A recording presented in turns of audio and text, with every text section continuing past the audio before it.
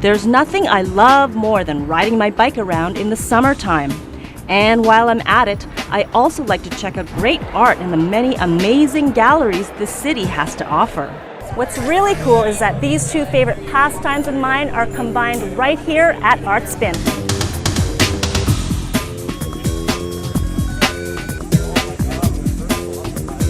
It's an arts bike crawl that features some of Toronto's most exciting, emerging, and established artists. Interested? Why don't you come along for the ride? Since Artspin's first tour in 2010, it has evolved from a small group of participants to now in the hundreds.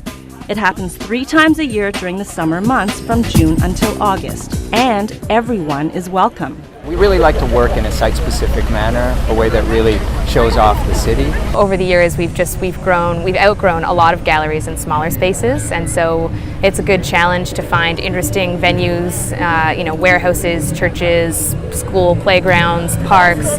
We give a lot of thought as organizers to the locations, but I think the journey becomes the thing that really takes over once the tour actually starts.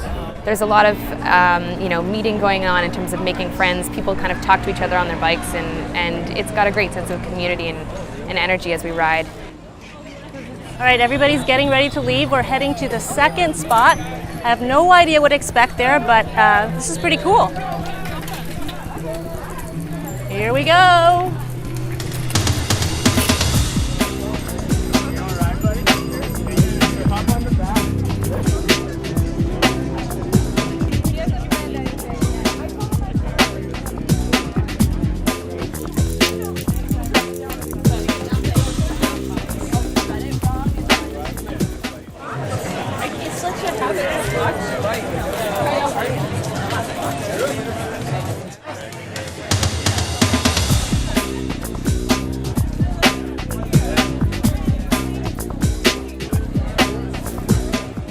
All right, so we've arrived at location number 2. Let's go look for the art. Well, I see lots of people hanging around, but I have no idea where the art is. I guess that's part of the fun. You gotta find it on your own.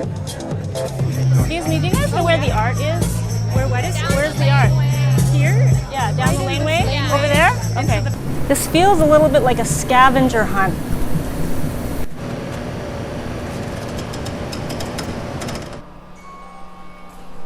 So what's going on in here? Are you the curator?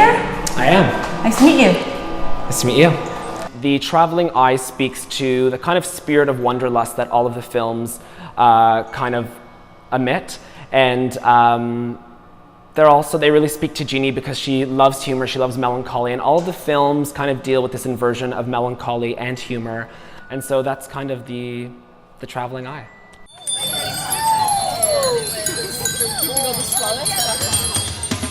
I'm amazed by how our tour is completely taking over the streets.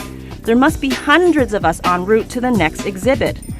No one seems to know where we are going next, so you just have to follow along. Here we are, location number 3, Church of the Firstborn. Let's head in and see what's going on in here.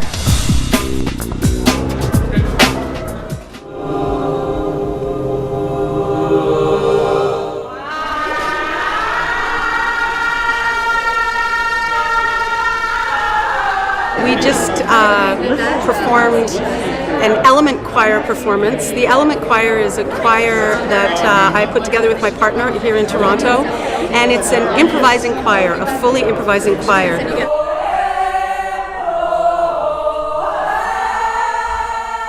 I've developed a system of hand cues which people learn at a rehearsal workshop kind of thing. And then when we perform, there's nothing prearranged, there's nothing planned.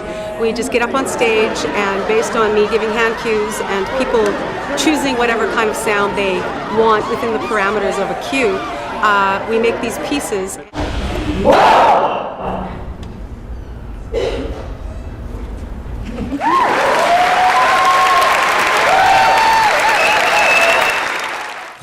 It's time again to spin off to the next stop.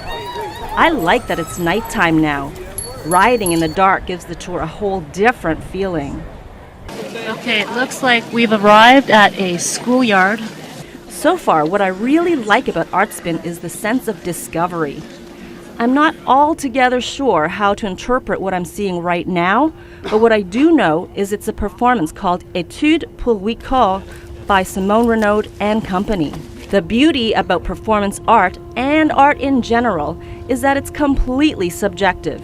So I'll leave it up to you to decide what's going on here. I'm done.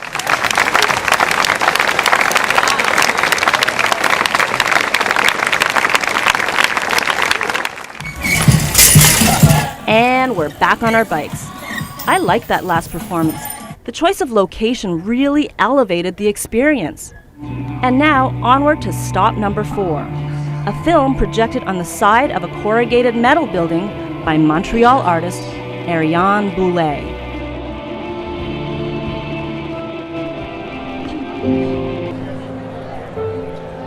The ability to get into back alleys and project on walls that are free, it really allows artists to claim the city for art's sake.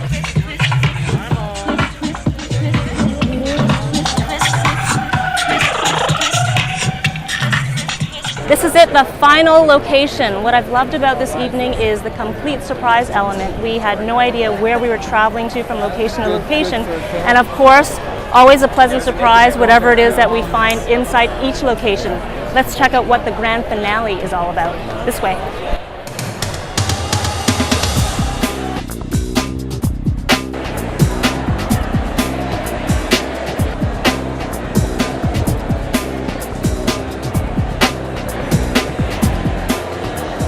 Inside, the abandoned warehouse is brought to life with a collection of works by close to 20 contributors. The space is packed with people checking out pieces by some of the city's finest.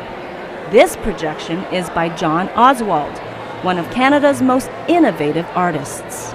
Each time my work's presented, it's a whole different thing. And in the case of Artspin, the wall that's my piece is being shown on is an old concrete wall with all sorts of defects and things in it, and it's a very different context than I'm usually showing it in.